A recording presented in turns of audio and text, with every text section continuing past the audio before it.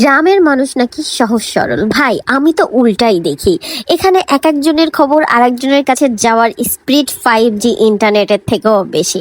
কার বাড়িতে কে আসছে, কে কি কিনছে, কার মেয়ে কোথায় যাচ্ছে, কার ছেলে কোথায় যাচ্ছে, সব নিউজ আপডেট রেডি।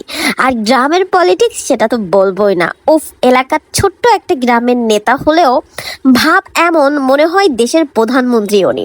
2 মিনিটে কথা বললেই বুঝবেন, এমন ভাব দেখাবে যেন লন্ডন, আমেরিকা, অস্ট্রেলিয়া ঘুরে এসে এখন গ্রামের মানুষকে জ্ঞান দিতে বসেছে।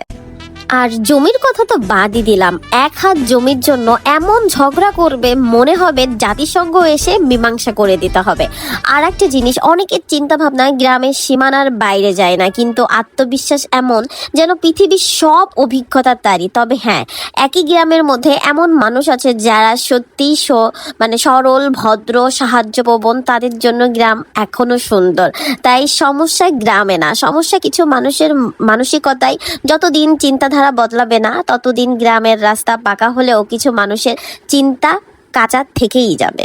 আর একটা কথা তো আমি বলতে স্কিপই করে গেছি, সেটা হচ্ছে গ্রামের ওই যে জটিল কিছু মানুষজন আছে যে পরিমাণে রাতকে দিন, দিনকে রাত করে দিতে পারে, পরের টাকার উপর যে পরিমাণে লোভ দেখাতে পারে সেটা তো মানে বলার বাহিরে। এই জিনিসগুলো কাদের সাথে, অনেকের সাথেই হয়েছে। আপনারা আপনাদের ব্যাপারটা শেয়ার করতে পারেন।